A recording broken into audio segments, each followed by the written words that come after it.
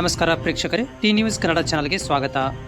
ಶ್ರೀ ಕ್ಷೇತ್ರ ಧರ್ಮಸ್ಥಳ ಗ್ರಾಮಾಭಿವೃದ್ಧಿ ಯೋಜನೆಯ ಧಾರವಾಡ ಗ್ರಾಮಾಂತರ ಯೋಜನಾ ವ್ಯಾಪ್ತಿಯ ಸತ್ತೂರು ಗ್ರಾಮದ ಶ್ರೀರಾಮ ಮಂದಿರದ ನಿರ್ಮಾಣಕ್ಕೆ ಶ್ರೀ ಕ್ಷೇತ್ರ ಧರ್ಮಸ್ಥಳದಿಂದ ಸಹಾಯಧನ ವಿತರಣಾ ಕಾರ್ಯಕ್ರಮ ನಡೆಯಿತು.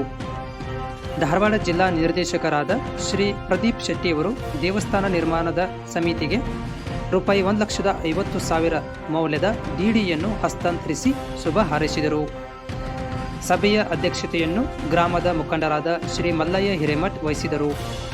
ದೇವಸ್ಥಾನ ಸಮಿತಿಯ ಅಧ್ಯಕ್ಷರಾದ ಶ್ರೀ ಫಕ್ಕೀರಗೌಡ ಪಾಟೀಲ್, ಶ್ರೀ ಚನ್ನಬಸಪ್ಪ ಕರಡೆನವರ್, ಶ್ರೀ ಶ್ರೀಧರ್ ಚಿನಗಿ, ಶ್ರೀ ರಾಯನಗೌಡ ಪಾಟೀಲ್ ಮತ್ತು ಊರಿನ ಗ್ರಾಮಸ್ಥರು, ಧಾರವಾಡ ಗ್ರಾಮಾಂತರ ತಾಲೂಕಿನ ಯೋಜನಾ ಅಧಿಕಾರಿ ಶ್ರೀ ಮೇದಪ್ಪ ಗೌಡ ನಾವೂರ್ ಉಪಸ್ಥಿತರಿದ್ದರು. ವಿದ್ಯಾಗಿರಿ ವಲಯದ ಮೇಲ್ವಿಚಾರಕರಾದ ಶ್ರೀಮತಿ ಉಷಾ ಕಾರ್ಯಕ್ರಮ ನಿರ್ವಹಿಸಿದರು. ಸೇವಾ ಪ್ರತಿನಿಧಿ ಕವಿತಾ ಕಾರ್ಯಕ್ರಮ ಸಂಯೋಜನೆ ಮಾಡಿದರು.